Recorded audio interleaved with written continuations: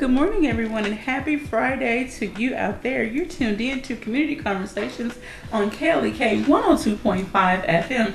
I'm your host for today, Quabila Hart, and back in the studio with me is Ms. Micah Simone. Good morning, everybody. I'm so happy to have her here, and today we have a very special guest for you, Mr. Kelly Grooms. He is the director of the Downtown Playhouse in Pocahontas. That's right. And so thank Michael for turning me on to this Playhouse. They're currently running a play called Still Magnolias, but we're going to talk about all things theater and all things about everything we can get into about the Playhouse. So, but before we get into that, I would love for you to please give an introduction of yourself. So this is your first time here in the studio. Well, thank you. I'm very thrilled to be here, and actually, I'm from Pocahontas, and I've taught at Black River Technical College now for 30 years. My wife and I are therapeutic foster parents, and we've been involved with that for about 25 years now. And so we kind of stay busy at home and in the region. And basically, that's what I do, in real life, but we spend a lot of our fun time working at the Downtown Playhouse. Alrighty. Well, I can't thank you enough for reaching back out to me. I called, I'm guessing, the main office and left a message, and you got back with me very quickly, so thank you. I'm very excited to share this information with our listeners and viewers. There are many people who are looking for other outlets of entertainment, something that's family-friendly, classy, and something, just to do on the weekends.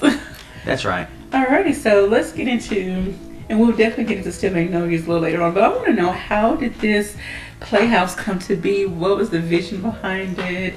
Give us as many details as you want. Okay, well, for many years, I'm a graduate of Arkansas State University, bachelor's degree and a master's in speech and theater. So I've been doing theater since high school all the way to now. Okay. Spent most of my time doing it with the Imperial Dinner Theater in Pocahontas. Imperial, okay. And after maybe a year or so after my tenure with the Imperial was over with, we were looking for something to do. Okay. And an old movie theater in Pocahontas became available. It was up for sale. And an old friend was given a call. His name's Jake Foster. Okay. And Jake has always been very good to our community, very supportive of the arts and our heritage. And that old building, has a lot of history. Okay. And he had an opportunity to buy it, so he called me and he said, listen, he was about to turn 90. He said, I don't know what to do with this. I want to see the building stay alive. I know what you're capable of, talking about me and the group of people that I work with. He said, I would love to buy it if you would be interested in doing your thing, turning it into a live theater. And we spoke for a while, and I said, sure, that sounds great, because I was missing the theater and so forth. And we agreed to do it, and then right there in front of me, he picked up a phone and called another buddy of ours. His name's Mike Dunn, who's also been very wonderful to the community and arts in our community, and said, hey, we just bought a building. So Mike became a third partner in that. The two of them purchased it, and I started a renovation process. Now, a lot of people in the area, in the region, are familiar with the Downtown Playhouse now. We've been open for 2 years this month. And if you've seen that venue with all of its artistic components and it's very unique, I'll let you know that it took about a month and a half to come up with the concept. Okay. My buddies, they kind of wanted to see it go back the way it was back when it opened in 1941 as an old movie theater. It would cost a lot of money, plus, I kind of wanted to see it move in a different direction. And my thought was this. We have the generations before me who really love that old building for what it was. Okay. We have my generation who remembers going to that place when it was almost at the end of its decline and watched movies. But I wanted to leave something that would appeal to generations after me. Okay. So you go to a lot of these restaurants that have that urban grunge feel, where they have the deteriorating brick and the imagery, and I see a lot of people in their 20s and 30s. I'm in my 50s now, and I see a lot of people in their 20s and 30s just loving those places. And I thought, what if we kind of married live theater with this type of venue, I just wonder what that would do.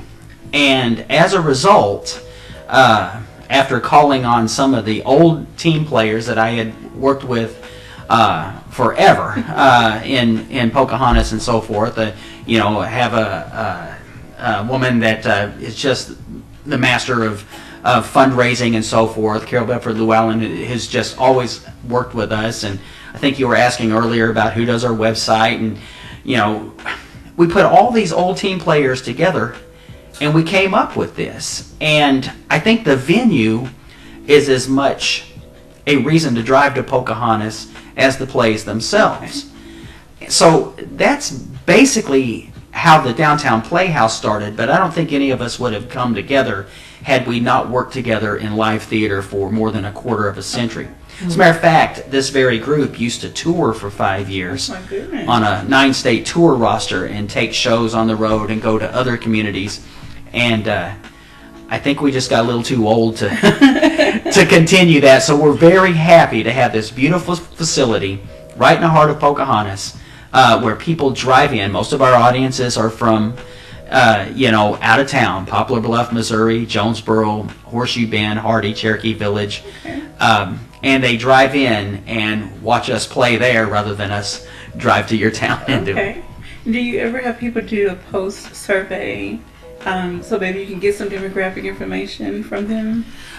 We haven't. This is the first show of our second season, and right now we're still renovating the building. We need to. We probably will very soon start focusing on that very thing. Okay. The thing about it with us, a lot of stuff was built in. By having been a theater group for 20 years at another location, we kind of already had an audience. We kind of already had a following. And we just kind of went back to those same people and said, hey, here we are. This is where we're at. So we kind of were starting a new organization, but we weren't a new group of theater participants. Okay. And I mean, just like we, Ms. Micah found your post. I mean, who knows how many other people you have reached. So, and then now doing this interview, hopefully more and more people will become aware of who you are and where you are. Certainly. And start, looking out for your upcoming shows, which Still Magnolias is currently running. That's correct. And I saw there were quite a few dates on that show. Do you always have several dates, like within maybe a week or 2 week span? We do them we usually run them for about 6 weekends. 6 weekends, okay. Yes, anywhere from 12 to 16 performances.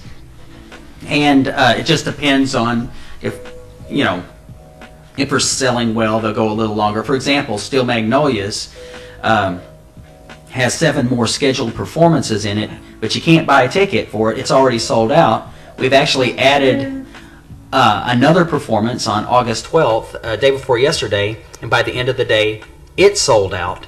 So we're still kind of thinking, man, maybe we can run these shows a little longer than a month and a half, even. So being this new, we're learning that process. But no, we usually work on a show for 6 weeks to put it together, and then run it for 6 weeks, and then take a little time off and start another one. Oh, wow. That's really amazing. That's interesting. So within the time span of showing one and developing another, do you all take a break?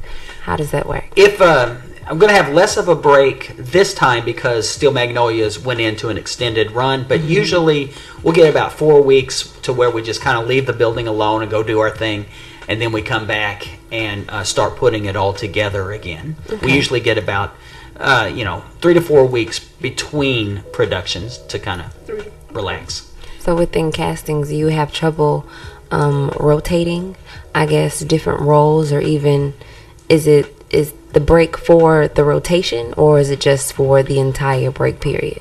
The production company, everybody but the actors, are usually the same people. I direct them all and design the sets. We have the same scenic artists and stage crew and booth every time. So we're the ones who kind of need the break. And then we have a few company actors who kind of hang around and we'll do several shows, but we do have a lot of new faces every time we do a show.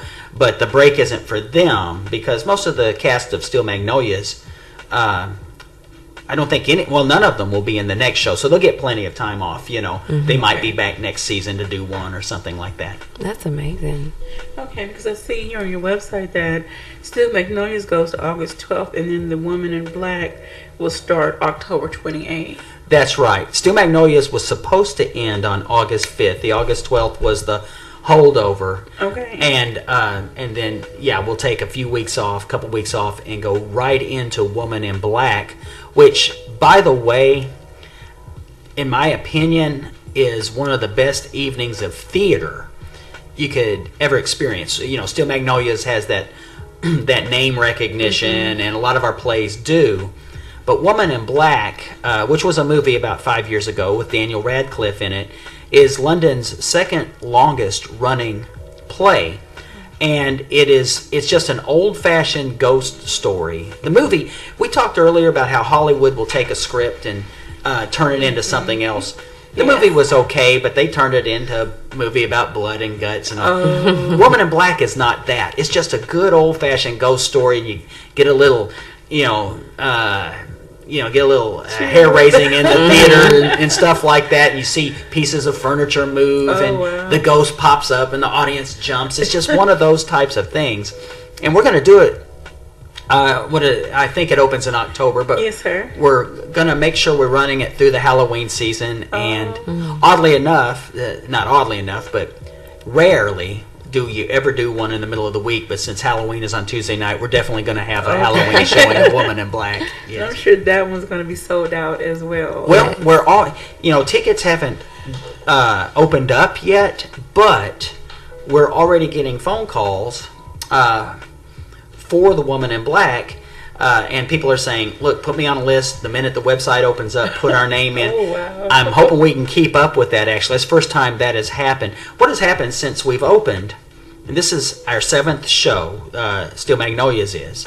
It's the first show of our 2nd season, because we did 2 shows by themselves before we opened a season. Okay. And we're now getting our name out there. Our last show, The Foreigner, sold out every night, but it sold out at the last minute. It's like the day of a show or the night before you would hit that sellout. This one is selling out 3-4 weeks in advance. Wow. And now Woman in Black is getting a list of people wanting to come in and see it so they don't miss out. There's a lot of people who wanted to get in for Steel Magnolias and couldn't because it's all gone, and now they're ordering very early. Wow. Hey, wouldn't it be something? I told somebody it'd be something if we could just do a show, run the whole thing all year. It'd be a lot less work on us and a lot more fun. You might have to tear down a wall and add some more seats in to allow for more people. Well, let me tell you something about that. This is something we stumbled on accidentally years ago when I was working with the Imperial Dinner Theater. A lot of people think that way, that, if you could expand the seating. But here's what we've learned. Our audience goes out and sells the show if we do a good job. Okay. You get 100, let's say we have 300 people this weekend, Friday night, Saturday night, Sunday, from all these towns. They go back home and they say, you guys need to get out and see that. If you, for example, at the Forum here in Jonesboro, I've directed some shows there. If you get, and I think they seat 600 and something, and you get them all in on one night or on one weekend for 1,200 people, and then somebody hears Monday that it's a good show, the show's over. Oh. So what happens is we get 200, 300, 400 people a week, new faces going out and marketing our show for us. Gotcha. And that's, so to me, and it was an accident, we didn't come up with this on our own, but we discovered the small seating is actually the best marketing that we have. It was a happy accident. Absolutely, it sure was. That is wonderful. So let's get into talking about how you cast, the process it takes to get into character, makeup, costumes, set design. Let's get into that. Okay, I'm the set designer for shows. That was my real passion when I went to college. Okay. And The beauty of being the director slash set designer is that your set designer and your director have a vision that's always on the same page. Okay. In a lot of production companies, with the various artistic components, you have people in charge of things, and the visions don't click. Well, at least we have that going on. So and we have the same company of crew members and so forth who work on it every time. So we've kind of got a rhythm down. Now, in terms of the actors, there were about 6 of us that we would call company that we're in a lot of the shows. I've been in 2 of the last 4. I have a couple others who have been in 2 of the last 4, 2 of the last 3. But everything else is opened up to audition. As a matter of fact, in this play here with Still Magnolias, 5 of our 6 cast members are new to our stage. One of them is one of our company members, and we like to get those of us who kind of work there around the clock, involved as much as possible. So once we cast past the company, we open up the rest of the roles for audition. Okay. I was going to ask you about that a little later on. Okay. Mm-hmm. And that's how that. And in terms of costuming and makeup, sometimes that's a very simple thing out there. We've done plays like Night Mother, which have a very realistic setting, Time to Kill, which has a very realistic setting.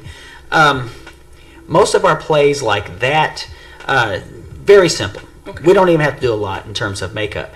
Still Magnolias, which is actually a very realistic setting, is set in a beauty shop, and it's all about hair. Yes. And we have people getting their hair washed on stage, shampooed, conditioned, rolled, and all of this. And the very next scene is supposed to be a year and a half later. So we really spent a lot of money on wigs for this play. And of course, I'm the only guy involved in this production. I would go to rehearsals every night, talking to 6 ladies about the way you ladies do things. It was kind of the weirdest thing, and I really relied on them. I said, what do we do about these wigs, guys? And we had to come up with a very strategic costume changing plot. As a matter of fact, they'll let you in on a little secret, which won't be a secret now, but the final costume change is actually done on our stage in front of the audience, but it's in dark, and they don't know that's going on. And because it's such a drastic change, we're such a small venue, we thought, how can we do this without stopping the show and so forth? And it is done that quick right there on the stage. If my light person hits the go button at the right time, you might get a little more for your money on this one. Oh my goodness. It's like they're all saying, are you serious? Are we going to do this? And so far we've pulled it off, and nobody even knows that. They do now. Full head to toe costume. Yeah, absolutely. It is, and we just couldn't figure out how to make. A lot of people will just stop the show. They'll go in. You'll wait a minute and a half, and then the show. We don't like that. We like the show to just keep on going. So we put some wonderful sound pieces together that kind of fit the storyline of the show. For example, one of them is a mock radio program, because one of the characters buys the radio station. And while you're listening to that, you hear the audience laughing and so forth while this quiet, silent costume change is going on. And then what they do is the remaining costumes, we have cabinets and stuff and they're all assigned to quietly putting that thing in. Lights come up, and audiences never ask, how did they make this? How did this all change? But they're really doing a great job with that. And pitch black. I mean, pitch black. You can't see anything. So they have to really know where everything goes. Yeah, they're doing it in the dark. They count steps. They go to a spot. But yeah, it's very important to us that the flow of a show never stops. We want everything to work kind of like a movie if we can. And that's how we decided to do this, was just, you're here, we could plant your costumes in these little nooks on the set, boom, and they do it right there on the stage. Okay. Now, earlier on did you say that you all practice or study or prepare 6 weeks in advance before the show? So during the time that you were going through your learning lines and learning, your positions and things of that nature, when it's showtime, Has anyone ever said, "Oh, I forgot this, I misstepped here, or overstepped my spot there," or? No, that's why we do spend so much time. When I get a new actor or a new actress, and I have some in this play, they get real nervous about stuff like that. Okay, we're going to have to hold that. I'm sorry. Okay. We're getting ready for our first break. You're tuned in to Community Conversations on KLEK 102.5 FM. Also, I want to remind everyone that we are doing a ticket giveaway for the 3rd annual Black Tie Gala. These tickets are normally $50. It's going to be this Saturday at 6 o'clock p.m. The keynote speaker is Tony Gaskins. You've seen him all over Facebook and Instagram. So tune in to the last segment of KLEK 102.5 FM. We're giving away tickets. We'll be right back. You're listening to Community Conversations on KLEK 102.5 FM. We'll be right back.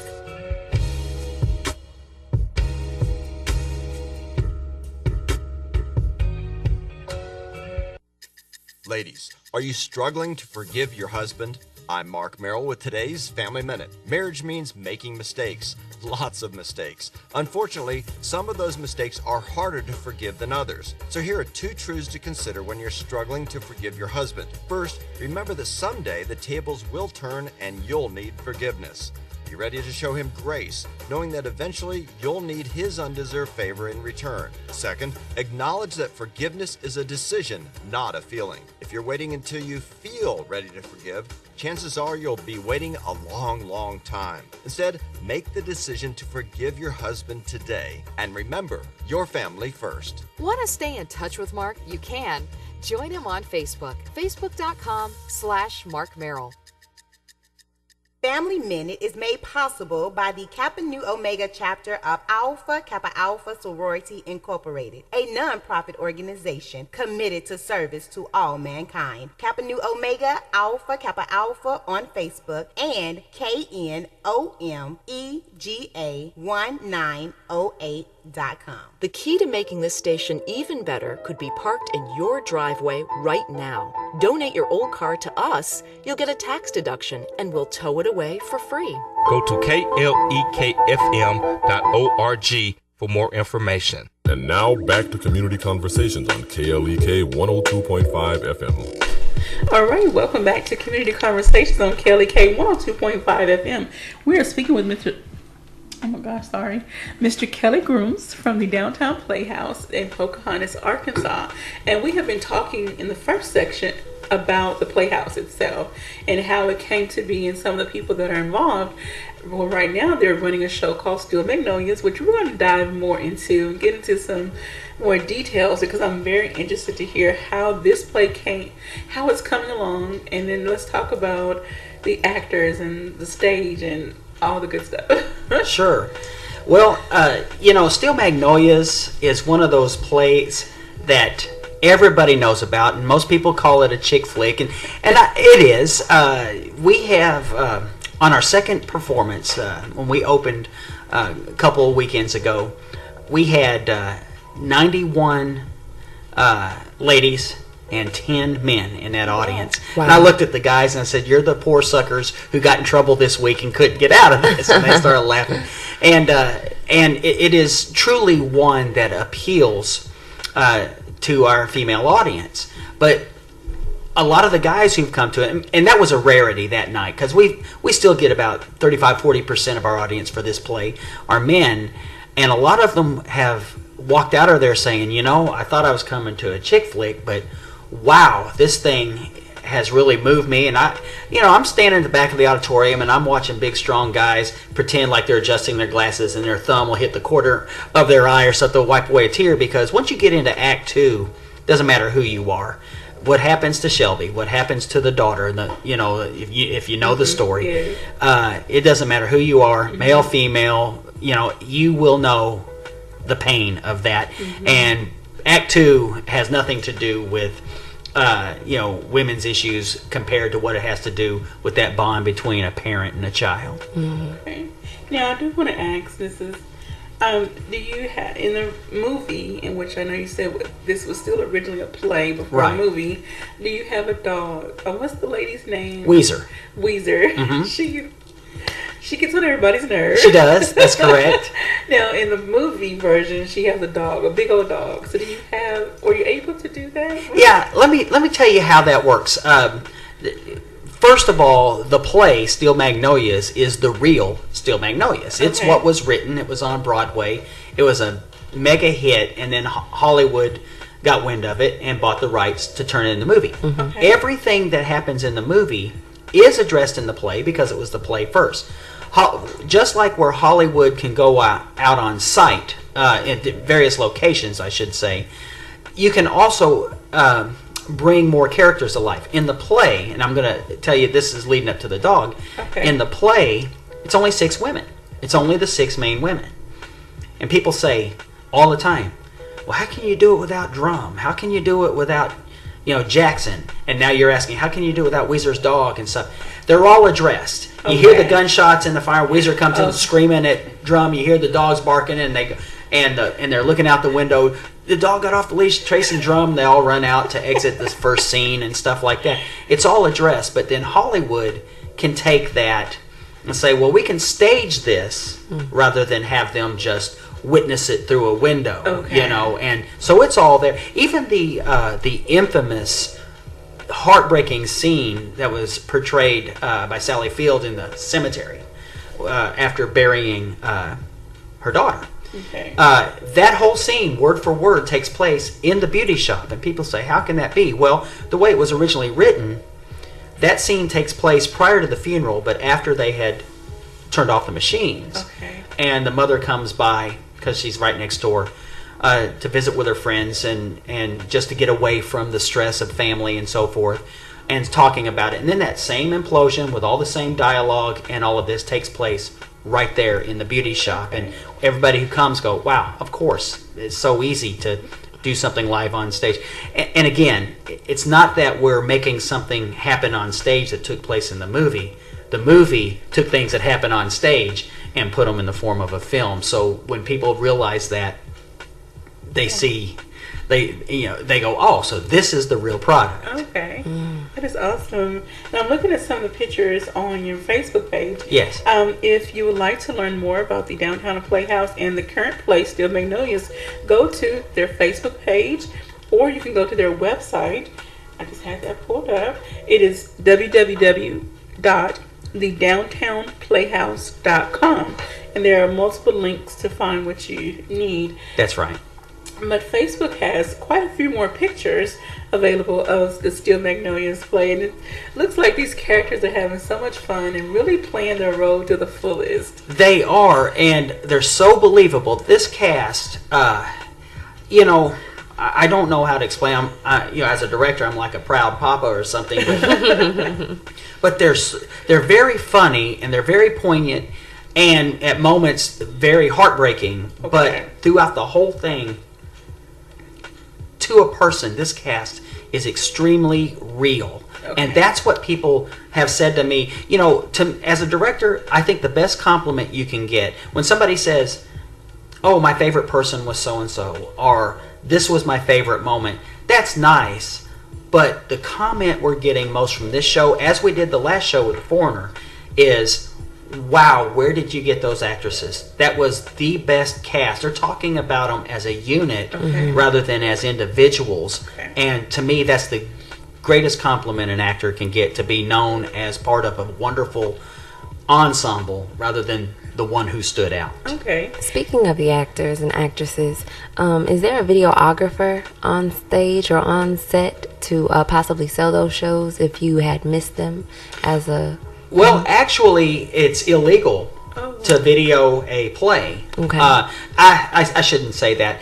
You can video a play. It's illegal to use that video, and sell it as a product, and so forth.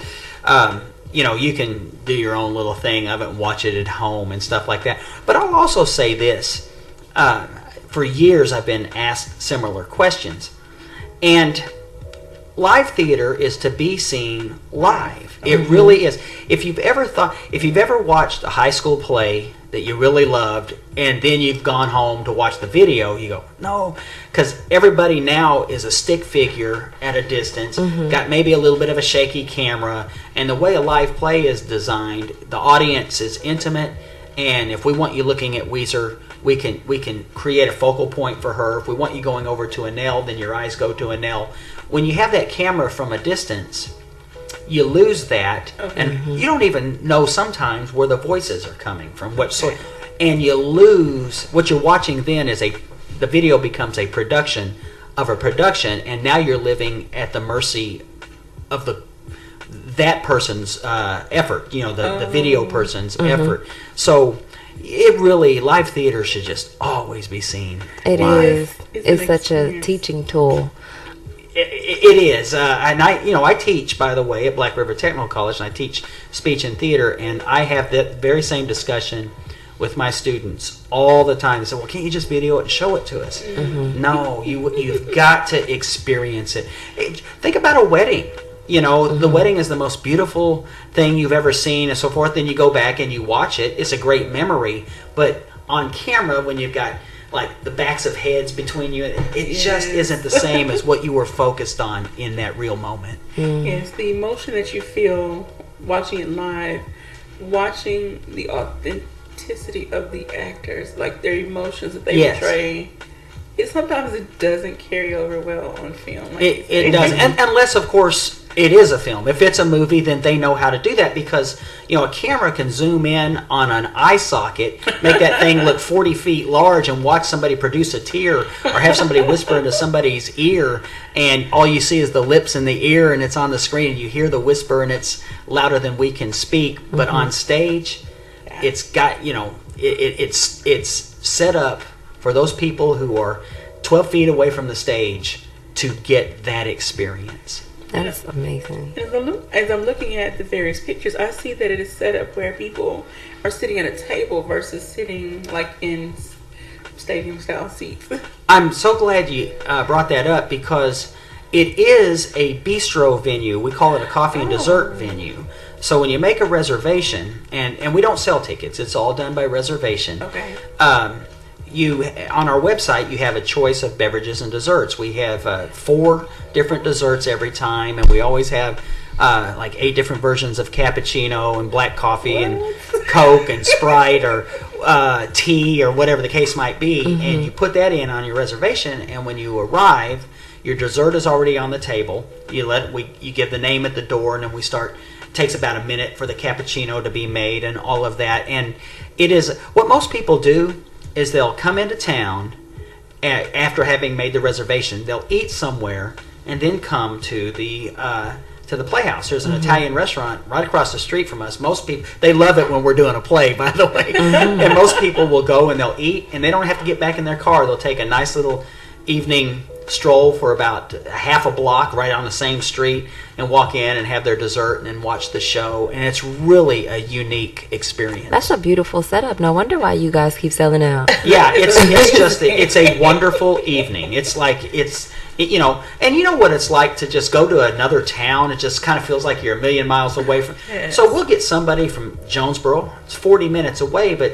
there's this little town out there that nobody stops at called Pocahontas, and you find a restaurant and you eat, and then you walk over and you go into this building, and it's like you're a million miles away. And I've had a lot of people say, the outside of the building still needs work. We're just now beginning the renovation of that. I always joke that it's the ugliest. Look for the ugliest building in Pocahontas and walk in. It looks like $1 million. But what they'll do is they'll just say, once they go in, they say, I feel like I'm in Memphis or St. Louis or somewhere. And it's wonderful to hear that. So that means you've done your job with thank you. capturing your vision, making it come alive. Well, let me, you have some of the images there. Let me tell you what we did. My favorite place on earth is Beale Street. My family, my dad's side is from Memphis, and so I grew up, a lot of my time was in Memphis. And Beale Street kind of has that old, deteriorating downtown Memphis, like the bricks are falling and stuff like that, and then it's mixed in with that old rock and roll imagery. And what we did is I patterned it off of that. We replaced the old Memphis look with the old Pocahontas Square. That's why you see the street lamps and all of that stuff. And we've replaced the rock and roll imagery with that beautiful Broadway imagery. But when you go in, it does feel like you're outdoors at a place similar to Beale Street. And that was our intent. I saw a picture on your website of the outside of the building, and it said the Second Act Production. Second Act Productions is the name of our acting company. Okay. Second Act Productions is the acting company that produces shows at the downtown Playhouse. Okay. This is just really great. I'm so happy to have you here sharing all this information. Definitely. And let's talk about the artwork on the inside. We talked a little bit off air, but I would like for everyone else to know about the artwork on the inside and tell us about the concept. Yes, as I was saying, with Memphis, you see a lot of that rock and roll imagery. And of course, if we're going to replicate that kind of atmosphere, you can't do it with rock and roll in the live theater, so we did it with Broadway imagery. And my son I'm a proud daddy, but he's a very wonderful portrait artist, and we took 6 of the most iconic Broadway images. Les Mis, Cats, Phantom of the Opera, Jesus Christ Superstar, Death of a Salesman, and I know Wicked. I'm leaving one out. Wicked, that was it. And we had him paint these murals. And to say the murals are painted is one thing, but if you see them, you think you're looking at the actual Broadway marquee. And he painted, he actually had us chip away, like that old deteriorating Memphis, the concrete off the walls to the brick wall, but he calculated it so that the main image of each mural would still appear. And it seems like that imagery is what is getting the most talk with the people that come in. Now, I will say this, too. It's all boxed off by some faux painting. The siding and the fake brick and the street lamps and all of that, which were painted by our scenic artist who paints my sets for me. So the two of them together created what I consider to be one of the most beautiful environments for any venue like ours. It sounds like an escape. It sounds like a place that you can go to vacation just nearby.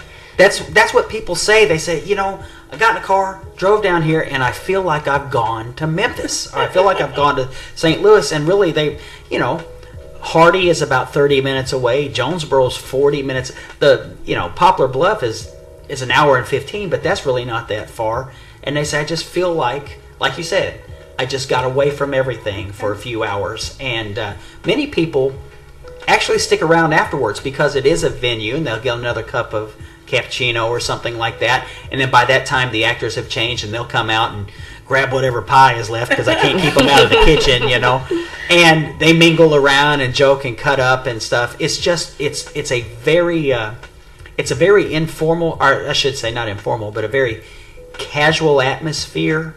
To where it's like most of our audience, they know us by our names. I can go to Ash Flat and this happened to me. My family's on the way to the lake one day, and I went into Ash Flat, and there are just people in there, and they'll call me by my character, or they'll quote some of the lines that I just did in a show, and they just know us. It's a beautiful setup. That's wonderful that you're getting recognized wherever you go. Yes. Mm-hmm. So have you ever thought about maybe sometime in the future doing some improv, or maybe not such a scripted type show, and open up the cafe, I don't want to say cafe, bistro, open up the Playhouse as a place for people to come but maybe see something more improvisational? Here's the thing. We're all volunteers. The place most of the work takes place between the shows. Oh, okay. Because we have talked about that. It's almost impossible. Between shows, that beautiful place in there looks like a construction site. Oh. Mm-hmm. That's when the paint is flying, there's raw lumber up, and the place gets dusty and stuff like that. Okay. So what happens is the public sees it 4.5 months out of the year. The public is in the building. Okay. But the rest of the year, it looks like if you're having your home renovated in there. And we've had people who would want to do a wedding reception, but but then they'll go in, and it's like this ugly stage we got rolling. Well, is that going to be there? So, well, yeah, it's, unfortunately, and that's kind of how that. Now, there are venues who do only that, and where they don't do their own work, they'll bring in work. And, you know, you never know. One of these days I'll just get too old to do it, and we might turn into that, and where we start we just have a very beautiful stage, and then we bring the groups in. But right now, so that's another thing, being our own entertainment, it doesn't, you know, when we toured, it would cost, and we were cheap, it cost us $6,000-$7,000 to book us at a place where other venues, other artists get $10,000, $11,000, $15,000. Okay. We don't have to do that. Okay. And that's how we pay. That's why we can pay the bills. It doesn't cost us anything to own put ourselves on stage. All right. That is wonderful. Interesting. How many company members do you have? We have 6 full. I say full time. It's not. We're not employees, but 6 of us who are part of the company all the time. We're not in every show, but we're part of the company all the time. Well, actually, that's actors. 6. We've got 4 others who are part of the production company. So it's small in that regard, but we have this, I'll call it a satellite pool of actors from Paragould, Jonesboro, Corning, you know, who love getting the call and say, will you come out and read for this part, or will you come out and read for this part? And that's kind of how that works, you know. How far in advance do you put out a casting call? What's that? How far in advance do you put out a casting call? We like to cast the whole season in advance. Once we have a season, we like to cast the entire year. Oh, wow. Wow. And I would also like to say that we have special rates for groups. Okay. Like if you have a group of 20 or more, we have a big discount for that. And we have command performances, which we've done plenty of, where if you have a group who just wants the show to yourself, and if it's a non-scheduled date, you have 50 or more, you can get it on a Thursday night or something, and do your banquet or your award ceremony, and then we'll entertain you. That is really awesome. And we want to remind everyone that this is a non-profit organization. Sure is. So every dollar raised goes back into production in the community. That's correct. In which you serve. And this is a really wonderful project. Yeah, and has no employees. It's just a full volunteer effort. So that goes to show the dedication and love these people have. That's right. For the work that they do. That's right. And it's really wonderful. We're going to get ready to come up on another break. Okay. And so when we come back for our last segment, we're just going to wrap up and give more information. Definitely give the address and phone number. Okay. And how people can reach you. And don't forget to give us a call at 870-277-1080. We have 2 tickets to give away for the 3rd annual Black Tie Gala. It's going down Saturday, July 22nd at 6 o'clock p.m. at Arkansas State University. The keynote speaker is Tony Gaskins, along with many others. So we're taking the first caller and the 3rd caller when we come back from our break. 870-277-1080. We'll be right back. You're listening to Community Conversations on KLEK 102.5 FM. We'll be right back.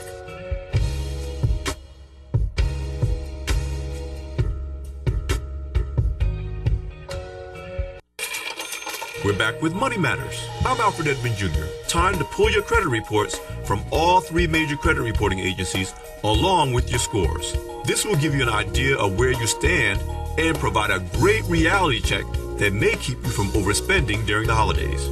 Next, make an appointment with your tax advisor. Your goal should be to file your taxes as early as possible, avoiding the last-minute craziness of April 15th.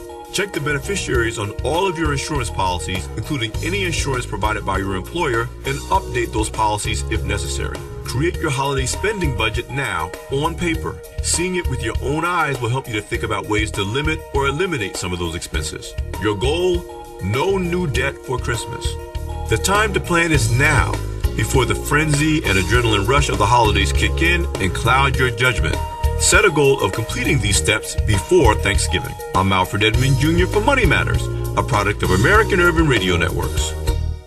Money Matters is made possible by the Jonesboro Alumni Chapter of Delta Sigma Theta Sorority Incorporated, a nonprofit organization dedicated to uncompromising commitment to communities, service, leadership, empowerment. www.jonesboroalumnidst.org. Money Matters is brought to you by Bancorp South, offering checking, savings, loans, credit cards, and wealth management. 5 locations in Jonesboro to serve you. www.bancorpsouth.com or 870-972-9800. The McDaniel Law Firm, 400 South Main Street in Jonesboro, is a firm believer in justice and equality for the minority community. The McDaniel Law Firm has fought for our rights for over 44 years. The McDaniel Law Firm offers legal help for wrongful death as well as trucking and automobile accidents. Bobby and Brett McDaniel are available for a free consultation at 870-336-4747 or at www.mcdaniellawyer.com. Arkansas Early Learning prepares children up to 5 years old for kindergarten by offering a secure learning environment, qualified teachers at several locations in Northeast Arkansas at no cost. Applications are available at arearlylearning.org. Arkansas Early Learning is a nonprofit organization. Meineke of Jonesboro is now Stark's Auto Service, a full-service auto repair and vehicle maintenance center, offering engine and transmission repair, brake service, tires, oil changes, and more, performed by ASE certified mechanics. The all-new Stark's Auto Service, 2813 South Caraway Road in Jonesboro, 870-204-7112. Stark's Auto Service, Jonesboro.com. From the KLEK Community Calendar, a FIGPO Organization Incorporated presents New Yam Festival, August 5th, 2017, at 2605 A Street on the Arkansas State University campus in Jonesboro. The New Yam Festival and Fundraiser is a celebration of God's blessings on staple crops and yams. There will be dance, prance, displays, and there will be a celebration of thanking God in our own way. The Yam Festival also raises funds to provide free medical missions to little towns in eastern Nigeria once per year. Food will be provided. Donations will also be accepted. This event will take place from 7 o'clock p.m. until 1 o'clock a.m. More information is available via Reverend Dr. Greg Ota at 870-273-9633 or at AFIKPOUSA.org.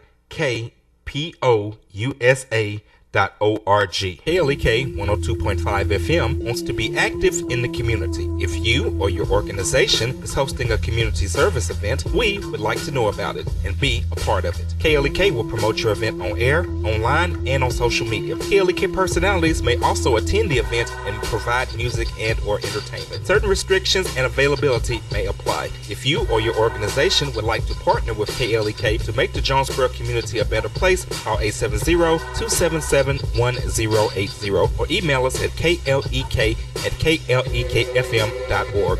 In order for a community announcement or church announcement to be aired on KLEK 102.5 FM, we ask that the announcement be sent at minimum 1 week in advance. Thank you for supporting KLEK 102.5 FM. And now back to Community Conversations on KLEK 102.5 FM. All right, welcome back to Community Conversation. We have a caller already. Wow.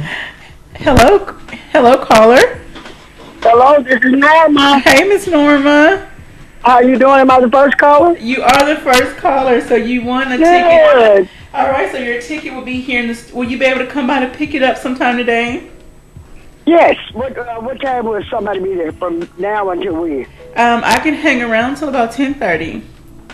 Okay, well, I'll be there. All right, well, thank you. We got one ticket given away to our Black Tie Gala. There's one more ticket up. Thank you, Miss Norma. Okay, thank you. Bye-bye. Bye-bye. All right, see how simple it is? A $50 ticket given away for free on today. You get to dress up and go have a nice meal, and here's some wonderful speakers on tomorrow. We're taking the third caller, so 870-277-1080. And I want to, before we go any further, I apologize. I want to give a shout out to our Facebook stream watchers, Dr. Sharice Jones Branch from Arkansas State University. Good morning. I apologize, I didn't say it earlier, and happy Friday to you. And to Mr. Blue Magic from West Helena. West Helena, all the same. So thank you all for tuning in, and whoever else is watching that I can't see. Okay, so we're going to get back into talking about the show and just kind of wrapping up some information we gave in the beginning about the Downtown Playhouse. So take it away, Mr. Kelly. Well, Steel Magnolias has officially sold out. I would love for people to look at their calendars and see if they could put Woman in Black in their schedule. It would be an experience that you'll never forget. Would love for you to get involved with us. If you're interested in us, we have a website, thedowntownplayhouse.com, with a phone number that is 870-758-2282. That's actually 758 Act 2, in case anybody was wondering. Okay, and we'll make sure to post this information on our Instagram and Facebook page. Do you have an Instagram page as well? No, and I do know we don't, but I don't know why, because I'm an old man. I just still don't do much of that stuff. Fortunately, we've got some wonderful people doing the website and Facebook and all of that. If it was left up to me, we probably wouldn't even have an organization. Oh, no. Well, I'm very happy you have some other wonderful people. We do, working wonderful with people. You.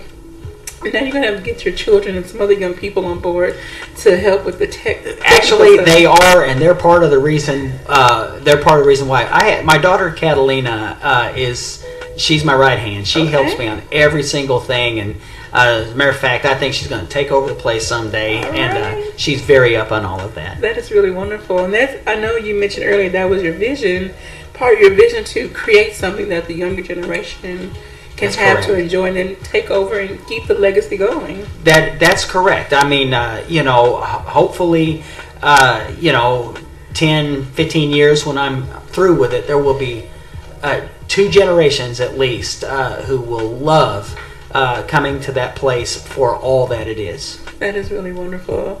And we can't thank you enough for coming to share this information. Any personal shout outs you want to give?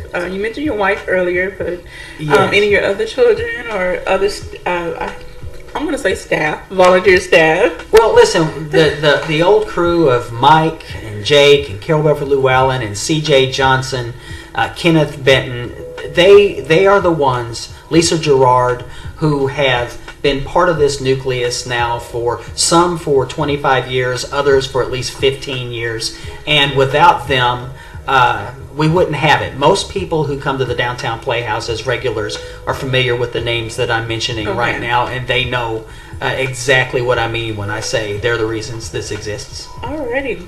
Well, we hope to see more and more shows. Mike and I are going to have to come on down. Yes. Absolutely. I'm looking forward to seeing you there. And Micah, I'm going to let her share her news when she's ready, but, she's told us some things off air, and so I'm just looking forward to more from Micah. Yeah, me too. I'm very jealous of Micah right now. I have big shoes to fill. So I'm very excited about that, and I just thank God for the opportunity, and I just hope I do a good job and remember my lines. I'm sure you will. So as time gets closer, we'll reveal more about what the project that Micah is involved in. Absolutely. But it's her story to tell, so I'm going to let her tell it when she's ready. Hopefully we can have the director or some of the cast members come back. That would be actually wonderful. Talk about it a little bit. Wonderful. I love talking about theater. I'm not a natural born actress, or I'm sorry, I don't know the terms to call it. I love watching stage plays. Like I talked a little bit before, my experience was more in high school watching the Cask of Amontadillo and some other Edgar Allan Poe plays, and a few things here and there. But again, most of my experience was also watching it via video, which you don't get the same experience. Well, the majority of theater participants are audience members. Okay. And for the longest time, theater was really losing its audience. When television came, or actually when motion picture came out, and then television and so forth. And now things have, they're starting to swing back, because a TV show looks like a TV show. Yeah. A movie looks like a movie, and a play looks like a play. Yes. When movies first came out, they looked like plays on film, because they had this technology, and they said, what do we do with it? Okay. You look at I Love Lucy and Honeymooners, they just look like a play, They do. Now you can tell this is TV, this is the movie, and you can tell this is the stage. So that was a long way of saying, don't ever think you're just an audience member. They're the most important component to live theater. Yeah, I also remember when I started college, I had to take I had to take one of those arts classes. So I took a visual performing arts. Right. And we watched Sweeney Todd. Oh, I love that. That was an experience I liked. I'm glad that I experienced the play version before the movie came out. Exactly. That's what we were talking about. And, if it's a good production company, I think a lot of people will tell you, no matter how good the movie is, there's something missing. Because if something were written for the stage, it's at its best. When you put it into some other venue, it's missing its intended purpose. And that's what I really think is nice about seeing something on stage and then comparing it to the movie. And another thing about, live versus recorded, on stage, you see the immediate emotion.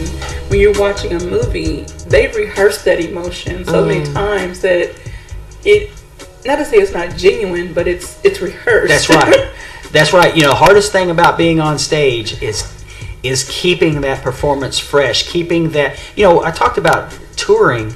There was one show that we did 96 performances of, and it is hard to do that time and time again. If you've ever sprained a wrist and you go into work and somebody says, "Oh, what'd you do?" and you get all excited, tell this long story, and the second person, you tell most of the story, and the third person, and by the end of the day, you just frown at them and say, "It's a sprained wrist. What's the matter with you? Leave me alone." Being in a show that much can do the same thing, and that's why I appreciate live actors so much, because Yul Brynner did The King and The King and I for over 5,000 performances. Wow. And every night, not only with the costume changing and all of that, he had to keep those thoughts as if they were spontaneous with his character every time he drew a breath. Wow. And that's the hard part. That's why I appreciate live actors so much. That is awesome. So for those that are watching or listening, you still have an opportunity to win that ticket, since we already gave one away. You have about 1 minute and 14 seconds to call in. Now, I'll hang around the studio until about 10:30, close to 11. If someone calls in a little bit later, we'll be happy to give you this ticket. This is a wonderful event. Some wonderful speakers. You don't want to miss it. So this is the 3rd annual Black Tie Gala. And Mr. Kelly, we can't thank you enough. We'll make sure to share all of the upcoming productions. Can't wait. I need to really make plans to get down there. Please I love to see do. The Woman in Black. Please do. You will be my guest. Alrighty, well, we thank you so much. And again, this is a non-profit organization, so please go out and support the arts. Thank you go out very and support much. the arts. And thank you, Mr. Kelly, for coming down. And thank you to everyone that's involved with this project. This has been a great week, but I was ready for Friday to come, ready to go home. I hope everyone has a very blessed day. Try to stay hydrated out there. Try to stay cool. It is hot. Yesterday was the hottest day of the week. It was 102 or 103. Oh my gosh. Mm-hmm. Yeah, I hope the old building stays cool tonight. All right, so everyone have a very blessed Friday. Thank you for listening to Community Conversations on KLEK 102.5 FM, a program focusing on the people working to make the Jonesboro community a better place while offering